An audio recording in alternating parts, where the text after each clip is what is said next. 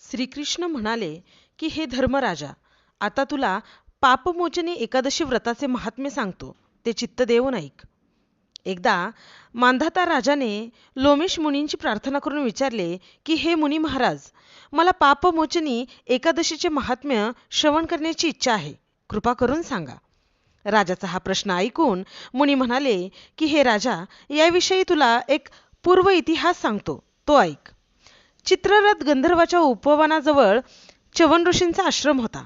त्या ठिकाणी ते च्यवन ऋषी व त्यांचा मेधावा नावाचा मुलगा शिवभक्ती करून सत्कर्माने पुण्याचे आचरण वास्तव्य करीत होते. चित्ररथ गंधर्वाचे ते उपवन अत्यंत मनोहर व रमणीय असे होते.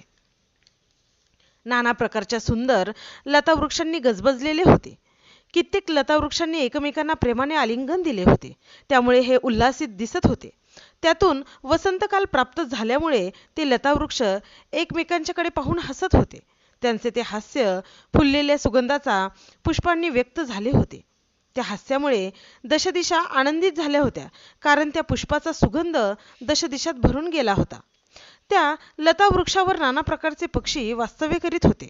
त्यातून विशेषत त्या रंगेल लतावृक्षांवर पोपट मैनेच्या प्रेमाचे विलास चाललेले होते. कोकिळेच्या सुस्वर व मधुर गायनामुळे त्यांच्या विलासाला रंग चढला होता.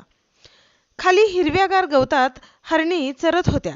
पाण्याच्या कुंडात बदके पोहत होती. लहानसे पाण्याचे पाट झुळझुळ वाहत होते. ठिकठिकाणी कारंजाचे तुषार उडत होते. अशा प्रकारची त्या रमणीय उपवनातील मनोहर शोभा पाहत पाहत नीलवस्त्र परिधान केलेली एक सुंदर अप्सरा मध्यभागी असलेल्या कारंजाचे जवळ येऊन बसली. तिचा वर्ण गोरा असून स्वरूप अत्यंत सुंदर होते. तिचे केश काळेभोर, नेत्र विशाल आणि तजेलदार, नासिका सरळ, गाल गुलाबी व मुख तेजस्वी असे होते. ती त्या तिथे बसली असताना तिची नजर च्यवन ऋषींच्या आश्रमाकडे गेली. त्या आश्रमाच्या बगीचात फुले तोडीत असलेला मेधावी तिने पाहिला. तो तरुण सुंदर व तेजपुंज असून नीतिमान व विचारी असा होता. त्याच्या चेहऱ्यावर ज्ञानाचे तेज झळकत होते, त्यामुळे त्याच्याकडे पाहणाऱ्याचे चित्त मोहून जात असे. जेव्हा ती नवयौवना त्याच्याकडे टकलावून पाहू लागली, तेव्हा तिच्या अंतःकरणात प्रेमाच्या लहरी उमटू लागल्या. अशा रीतीने ती विवल होऊन त्या कारंजाचे जवळून उठली व त्या मेधावीचे आसपास तळमळत घुटमळू लागली. चालताना ती गजगती पावले टाकीत होती, त्यामुळे पायातील पैंजणाचा मधुर निनाद होत होता. तो आवाज ऐकून मेधावीची नजर तिच्याकडे गेली. तो तिच्या नेत्रपाशाने वेढला गेला. मदनाने आपल्या शत्रूच्या भक्ताला जिंकले.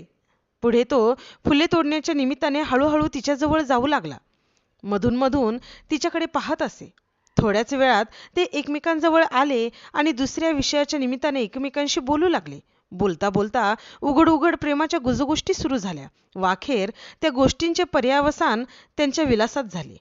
यामुळे प्रेमाच्या जादूने मोहून विषय विलासात अडकल्यामुळे त्याची शिवभक्ती सुटली, सत्कर्मे सांडले, पुण्य मातीला मिळाले व अखेर तो जपतपाला विसरून भ्रष्ट झाला.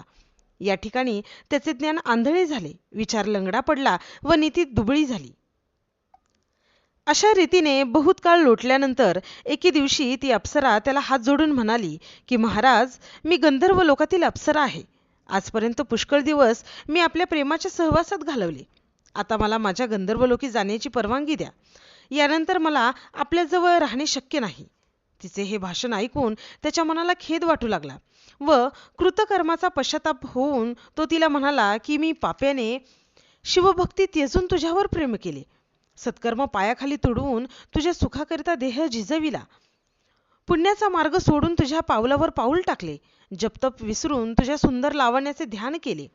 असे असून सुद्धा तू मला टाकून चाललीस. तेच मी तुझ्यावर प्रेम न करता कैलासनाथाची, शिवाची भक्ती केली असती तर त्याने मला टाकले नसते, उलट माझा उद्धार केला असता. तुझ्या सुखाकरिता न झटता सत्कर्माला कुरवाळले असते तर त्याने माझे कल्याण केले असते. आता तुझ्या जगण्याने, तुझ्या जाण्याने मला तुझे स्वरूप समजून आले. तू माझ्या तपाचा भंग करण्याकरताच आली होतीस. अर्थात तू माझी दुष्ट वैरीण आहेस. तेव्हा मीही तुझ्याशी संबंध ठेवू इच्छित नाही आणि ज्या अर्थी तू मला फसवलेस त्या अर्थी तू पिशाच्य योनीला जाशील. जा आता. त्याचा तो शाप ऐकून ती अत्यंत भयभीत झाली व हात जोडून म्हणाली, महाराज, मी आपली दासी आहे. कामाने मोहित झाल्यामुळे माझ्या हातून अपराध घडला. त्याबद्दल मला क्षमा करा. मजवर कृपा करा. मला उशाप द्या. थोरांच्या संगतीत एक क्षण घालविला तर मनुष्याचे कल्याण होते, आणि मी तर आपल्या सहवासात बरेच दिवस घालवले आहेत. तेव्हा तो मेधावी म्हणाला की या शापापासून तुझी मुक्तता होणे अशक्य आहे. तथापि जर तू पापमोचनी एकादशीचे व्रत करशील तर तुझी पिशाच्य योनीतून मुक्तता होईल. पुढे तिने पापमोचनी एकादशी व्रत यथाविधी केले. तेव्हा तिची त्या पिशाच्य योनीतून तत्काळ मुक्तता झाली. इकडे मेधावीनेही बापाच्या सांगण्याप्रमाणे पापातून मुक्त होण्याकरता तेच पापमोचनी एकादशी व्रत यथाविधी केले. तेव्हा त्याचीही त्या पापातून तत्काळ मुक्तता झाली. श्रीकृष्ण म्हणाले की हे धर्मराजा, जे कोणी हे पापमोचनी एकादशीचे व्रत करतील व महात्म्य ऐकतील ते पुण्यवान होऊन अंती सद्गतीला जातील. फाल्गुन कृष्ण पक्षातील एकादशीला पापमोचनी एकादशी म्हणतात.